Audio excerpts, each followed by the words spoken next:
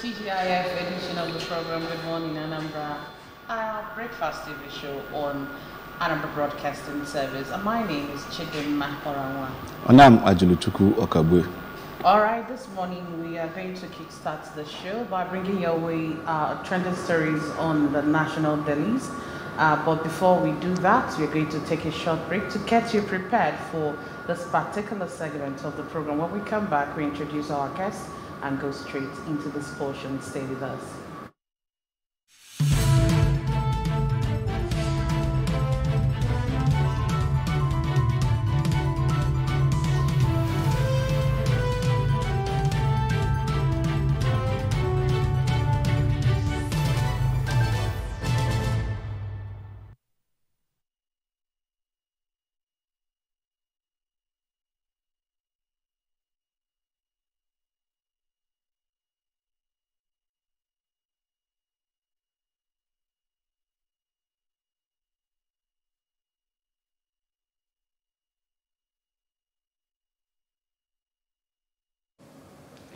All right, you're welcome back to the program. Our guest this morning is Ejike Awata. He's a public affairs analyst. Good morning, Ejike. Good morning. Glad to be here.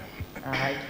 Quickly, let's start with the papers we have for you this morning. And the very first paper we are going to be reviewing is the Daily Times newspaper with the banner headline there, screaming, ASU threatens to down tools over withheld salaries.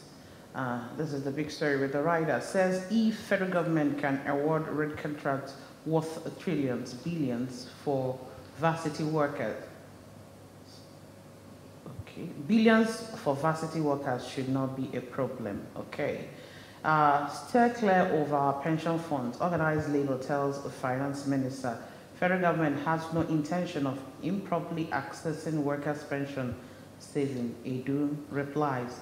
And then IGR 318.5 billion naira generated in first quarter, Accountant General declares.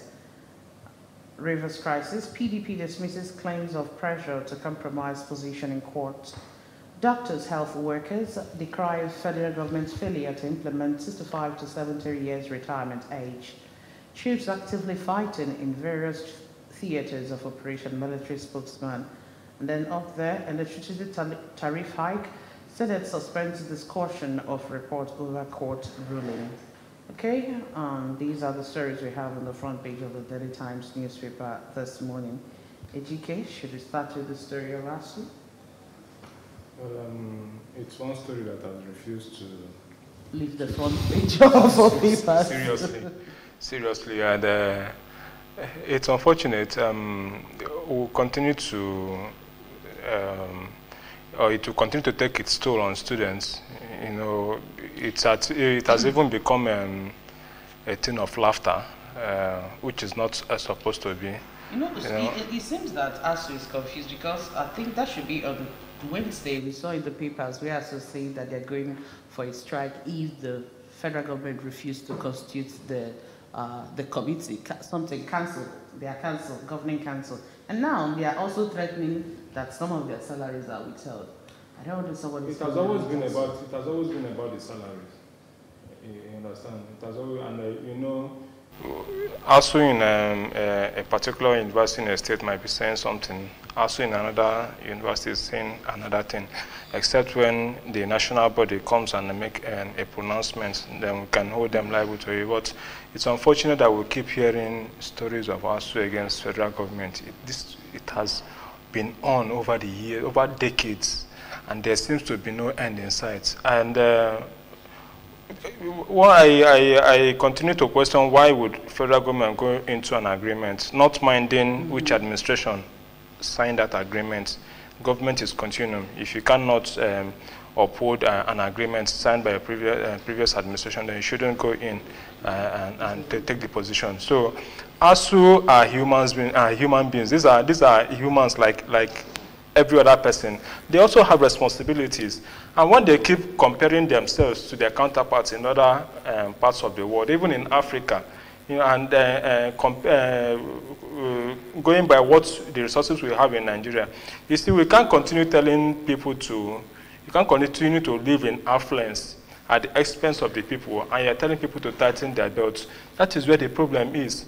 The money might not be there, but with the way you live your life, let us also understand that the money is not there. But when you keep living in affluence, you spend money, there's so much wastage in government, you are telling ASU, you are telling NLC and TUC to tighten their belt, that there are no resources. That is where the problem is.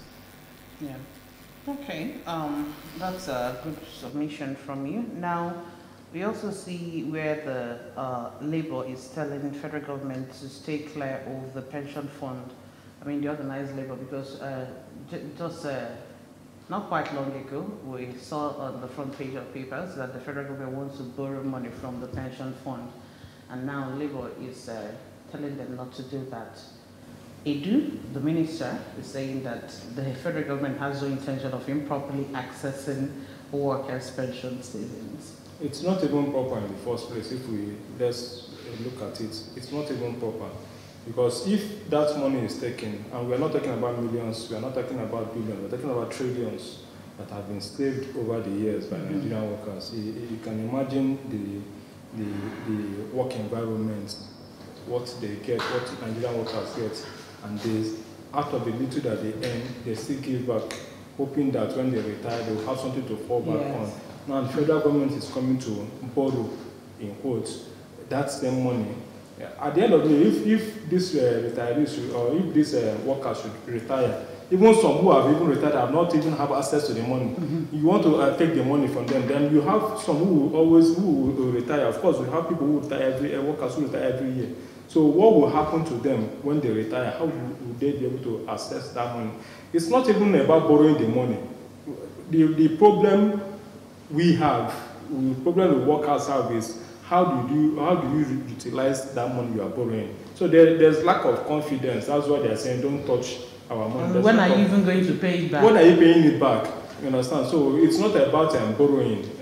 Like one Peter B. will always say, borrowing is not a problem. What do you borrow to use the money for? That is where the issue lies.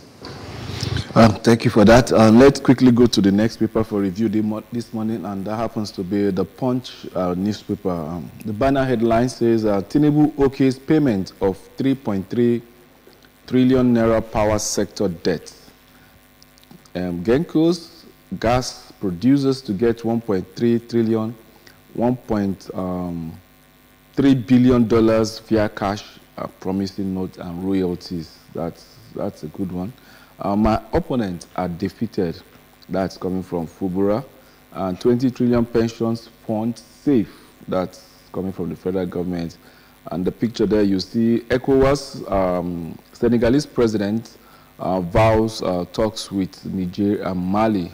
You can see him there with Bola Tinubu, as Nigeria hosted the Senegalese president. INEC warns against incumbency power abuse in Edo and Ondo State. My husband diverted hospital funds, stranded nursing mom says. 36 assembly speakers back state police. Apologize for offensive Nazi posts. Irate Nigerians attack UK journalists. Federal government Labour to negotiate 48,000 naira proposal Tuesday. Federal government opens student loan portal May 24. Reps probe Lagos Calabar Coastal Highway.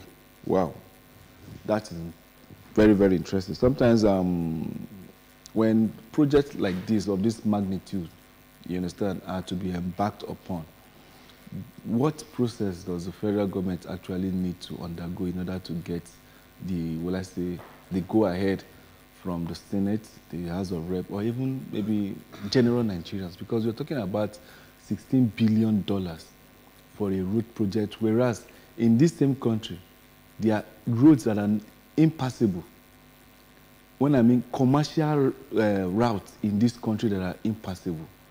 The Lagos-Kanu-Jeba axis, the, what is it called? Onitsha, down to Abuja. That's, what's it called? Uromi axis. That place is in a terrible state. And yet, we are spending this humongous amount building a coastal highway. Who are we competing with? Well, the thing is, we always put the cart before the horse in Nigeria. Now, REPS is beginning to probe the project, whereas the project was supposed, or the proposal was supposed to come to the lawmakers first, who would then give a go-ahead. After they have seen the viability and the benefits. The benefits, and also compare it with what people we have in other, like just like you mentioned. You are even talking about there are communities in Nigeria that doesn't have access to electricity, and we keep pumping our resources into one particular part of the country. It's not make it make sense to me, for God's sake. Lagos is developed, and they have the resources, and they will keep developing. Now you want to build a coastal highway from Lagos to Calabar, and they keep defending, but they've not been able to say, okay, these are the intended benefits when this project is completed. So it's unfortunate that the lawmakers are beginning to probe it now, whereas, and it's not as if anything will come out of the probe. Let's be realistic. It's just for the sake of it. Nothing will come out of the probe. The project will continue. The question is, will they complete the project? That is where the question lies. And even if the project is not completed, nothing happens to the contractor, nothing happens to whoever, those who are signed or give approval for the project to commence in the first place. Well, now Tinubu okay's payment of 3.3 trillion naira debt for the power sector. Is this going to be a case of let there be light in Nigeria? Well, it's funny what's happening in the power sector. I must say, in my own area where I live, I enjoy at least 18 hours of electricity every day. I must say, the question is, do you have enough money to recharge when your power goes out? But also, there are also complaints in other places. Some persons have not seen electricity for the past 1 month, going by the reports I hear on radio. And if this money being mentioned now, most of the debts are owed by government establishments. That is where the problem is. They are owned by government establishments. So let's hope, because we keep hearing of unable to pay for gas supply for the turbines and all of that. Let's hope if this money is released and is used for the purpose it is intended for, let's hope that electricity will improve well in Nigeria. All right, the next paper is the Vanguard newspaper. Electricity, most discos are technically insolvent, NEC declares. And then we have a lot of things written there. Nigeria has a unique opportunity and potential to achieve energy security and sufficiency for itself and the entire West African sub-region. Wow. Okay, this is coming from John Mahama, former Ghanaian president. Nigeria has 206.53 trillion cubic feet of untapped gas reserve, yet there is not enough natural gas or even liquefied petroleum gas for use in the kitchen.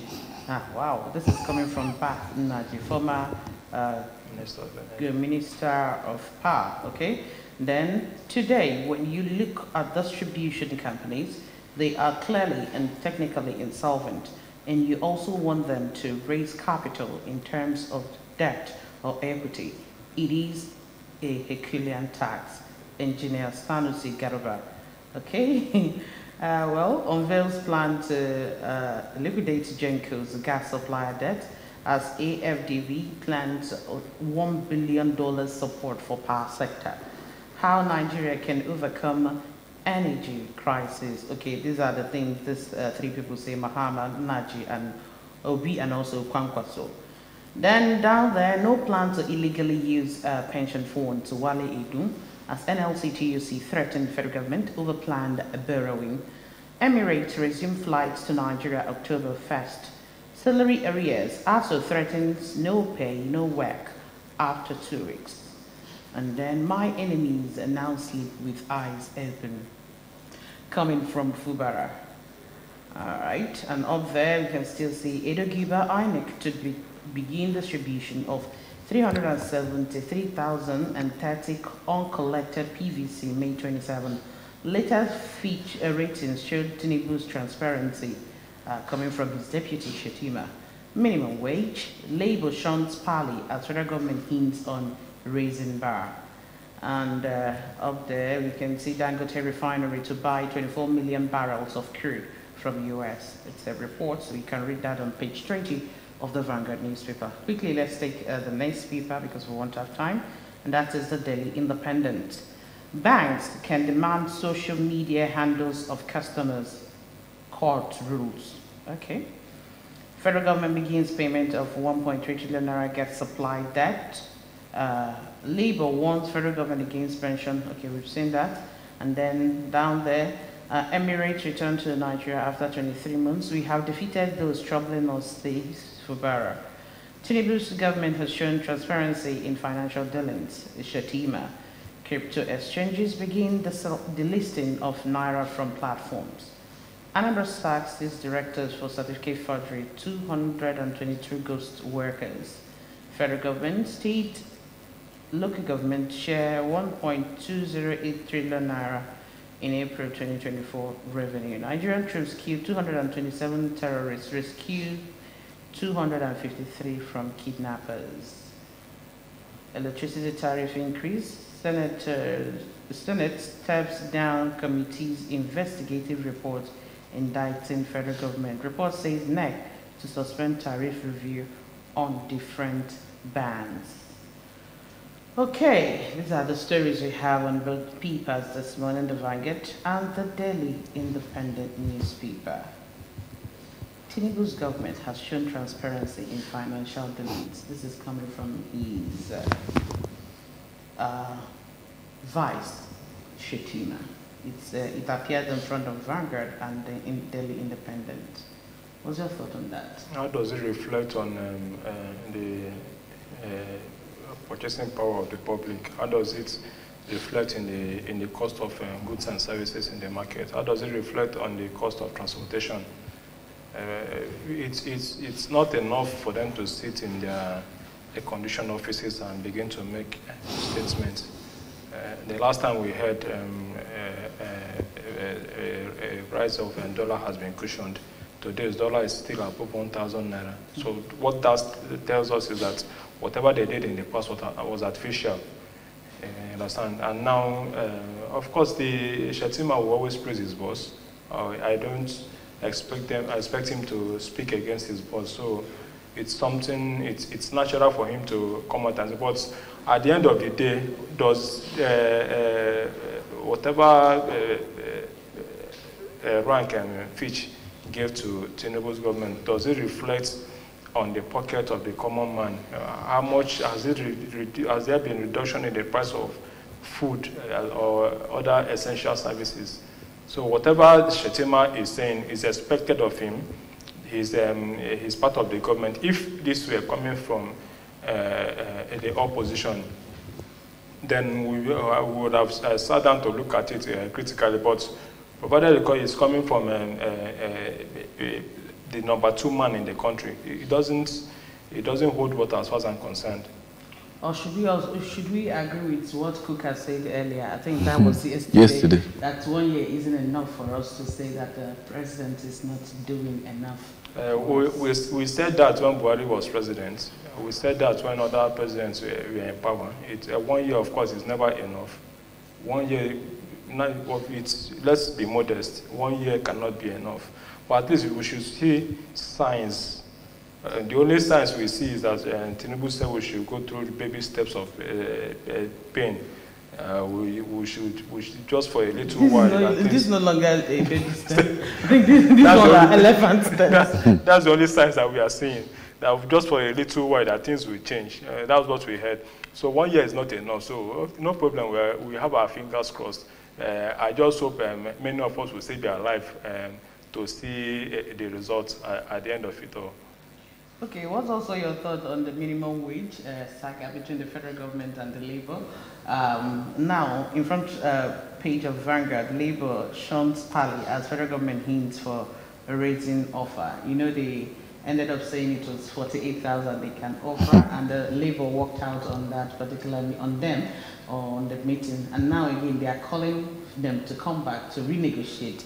On the other paper, we saw that they are calling them to come back on Tuesday, but it's like Labour, they are no longer interested because probably they feel like they are insulting the sensibilities of the workers. Labour said it's mockery and insults to them. Imagine I'm selling a good worth 60,000 naira and you're pricing it 400 and something naira. It doesn't make sense. But on the other hand, we're talking about amount to be paid for services being rendered here. And it just falls back to what I said at the beginning of the program, where you continue to spend lavishly on things that are not of importance at the moment, understand, against their needs of the people. Labour seems to be strong-headed this time. Let's see what will come out of it. They are demanding for 615 something thousand naira. Like somebody said earlier, that Labour should be make considerate demands. Exactly, because yes, 615 is not achievable. It may not be achievable, but show us it is not achievable, for God's sake. Stop lavishing our money. Stop spending recklessly. That is the point I'm making. You can't continue to live lavishly and you are telling me there's no money. You understand? Now, when you're talking about this lavish spending, are you talking about your 109 senators and less than 500 people, the senators and then the House of Rep members? It's all part of it. Why can't they cut down on their own salary? We have a commission that stipulates how much workers should earn. But it's not so with our lawmakers. They fix their own salaries. So why should it be like that? So they can wake up one morning and say, of course, they've always told us that the amount they even earn is not even enough. They made that statement.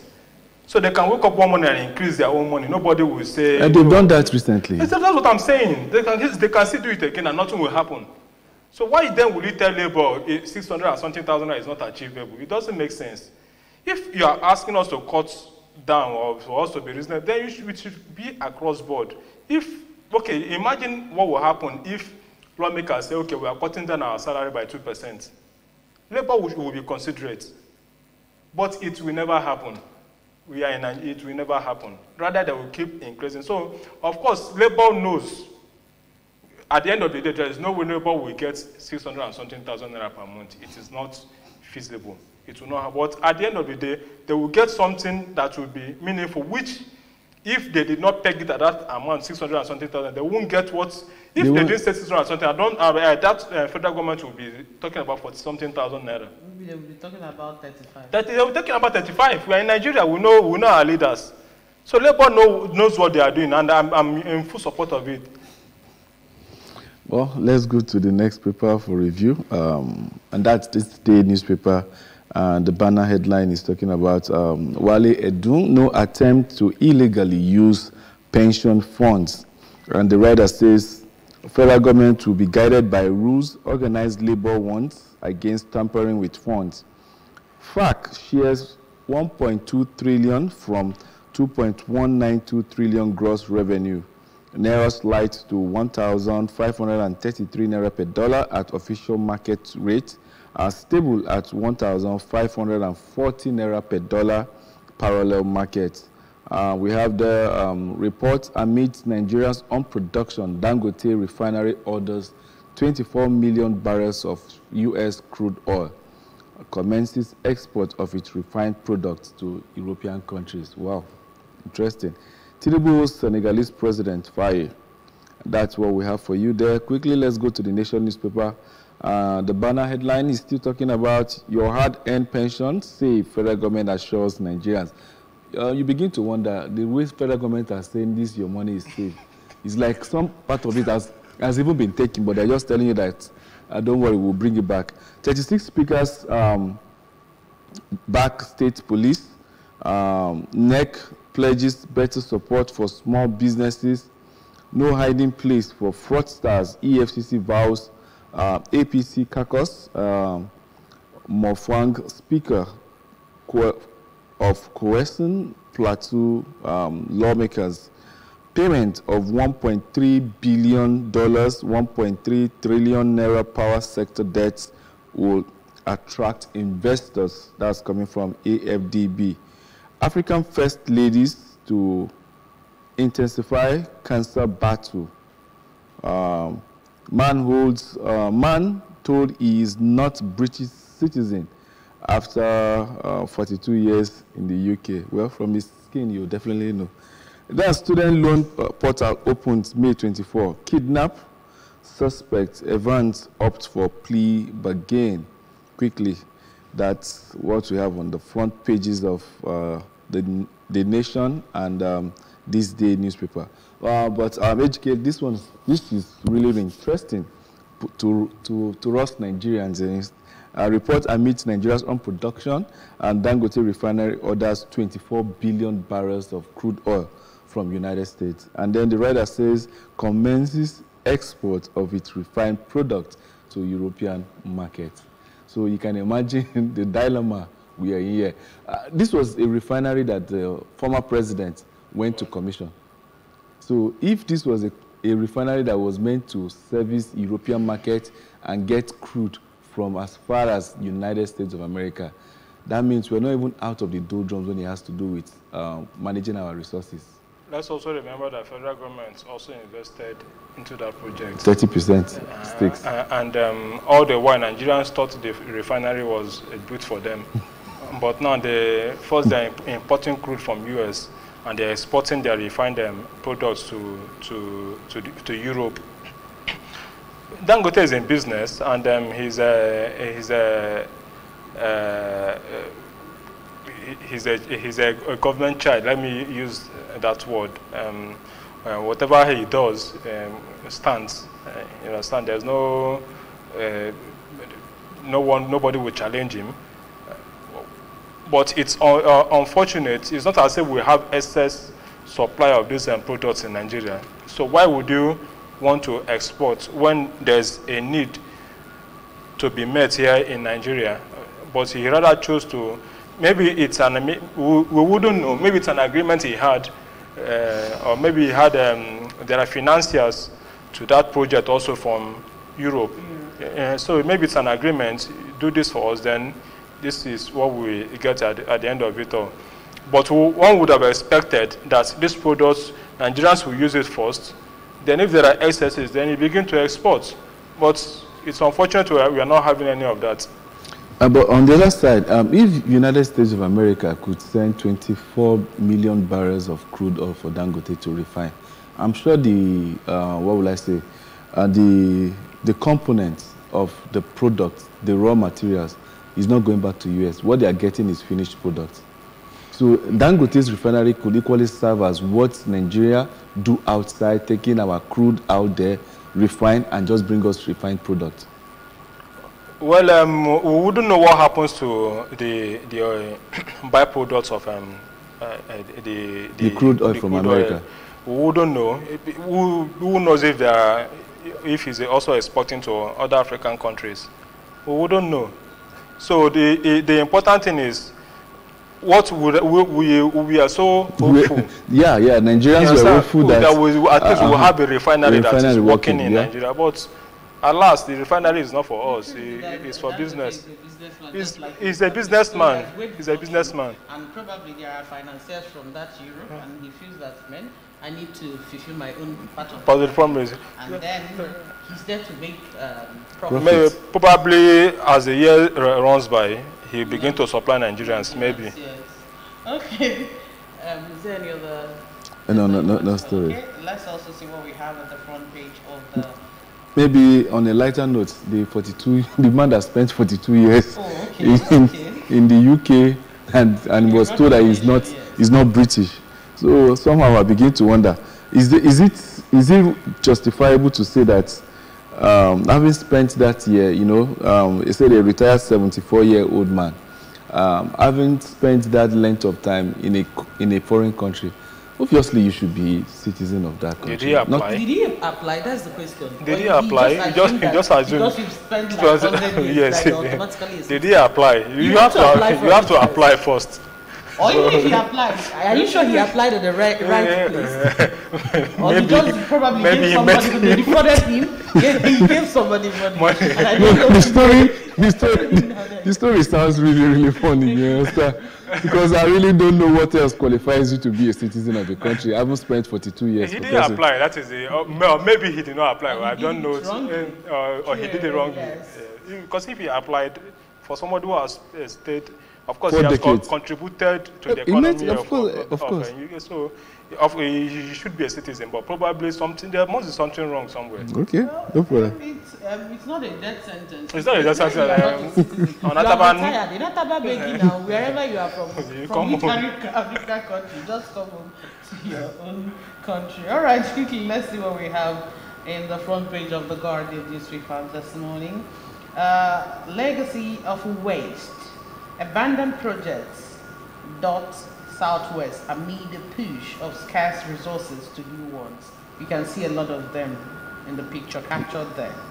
That's the big story, and you can read that big story on pages 4 and 5 of the Guardian newspaper this morning. NLC, TUC boycott negotiations as federal government promises to shift ground. Rising cost of drugs worsens steep rise in hypertension cases. Senate stalls debate against implementation of new electricity tariff. And finally, student loans application portal opens May 24. Edo Ondo polls stop abuse by governors. INEC tells security agencies. Family laments death of 41-year-old mother of 6 in Enugu crossfire. Terrorism. Nigeria needs partnership, not handouts. Federal government tells U.S. Okay, what do you have to say about this big story in the front page of the Guardian newspaper? Legacy of waste, abandoned projects. Just look at the projects. There's some edifices I'm beginning to wonder. Looking for money to build new ones. Guardian newspaper has a way of flowing against the tide.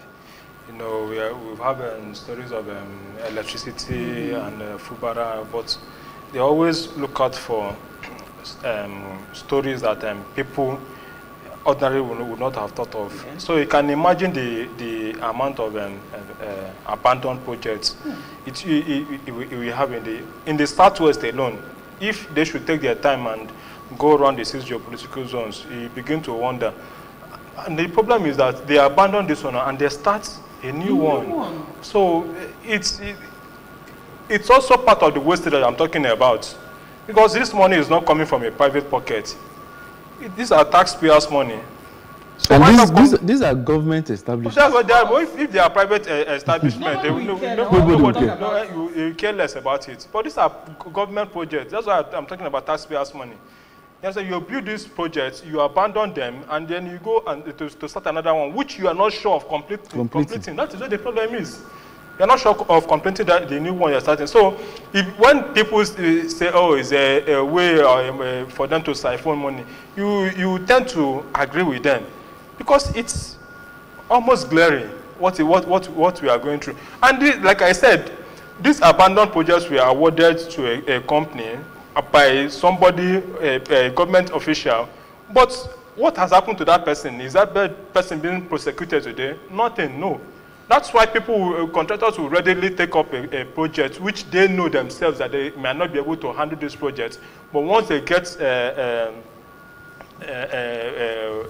money for starting the project, they abandon it because they know at the end of it or nothing will happen. So it's very, very unfortunate. And sometimes I equally know with the little experience I have about engineering and the rest of it all. When big projects like this, when governments embark on big projects like this, usually they insert in the clause of the contractor a certain amount of years of maintenance of such project.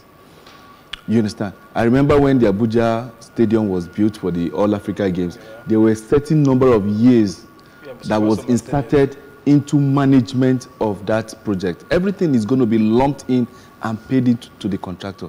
So probably what happens is when those years of maintenance elapses, the federal government doesn't deem it necessary to renegotiate for another lengthy period of management.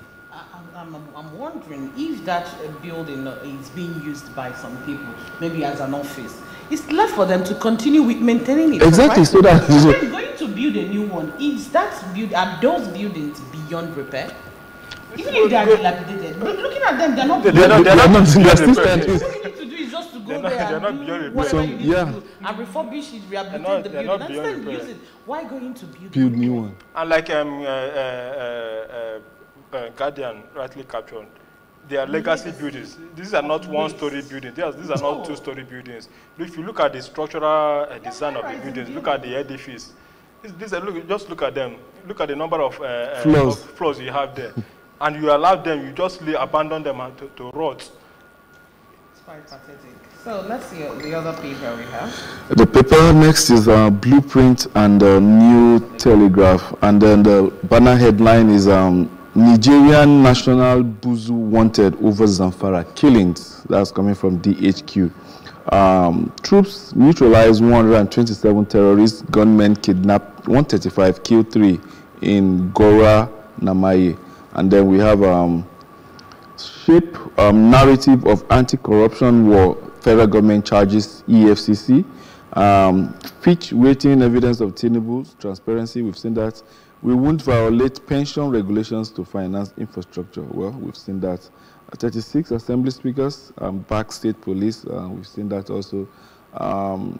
First Bank Rotary Empower 102 with 20 million startup kits. That's very, very interesting. Sports, under 17 AFCON qualifier, Golden Eaglet held by Burkina Faso in opening match. Zenith Bank, dollar dominated loan soar to 3.79 billion in 2022. And quickly, let's go to the next paper. New Telegraph, labor to federal government workers apprehensive pension funds retirement security.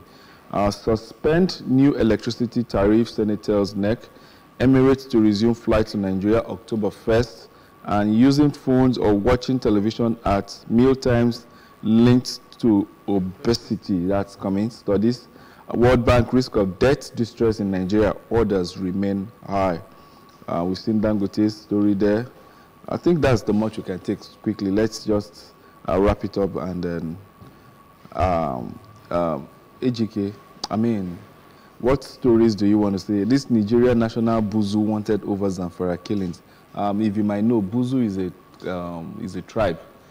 You know, you find between the borders of Nigeria and Niger Republic. Now they said they are looking for Nigerian national Buzu Wanted Over Zamfara Killings. What we look out for the suspects. Let them also look out for those who committed murder in Enugu State. It's one attack, too many in Enugu State, and nothing seemed to come out of it at the end of it all. We can't continue. Even the Senate has asked the security agencies to stop killings in Enugu State. They should be proactive. It's not about, there should be a follow-up on that directive so that we do not record another attack on the people of Enugu State. Lives is being wasted, and we are creating more problems for ourselves. If people are apprehended, if the culprits are apprehended, they are prosecuted, at least, it will send them a signal that of the truth that the DHQ is working. But we only hear of such directive without follow-up. It doesn't speak well.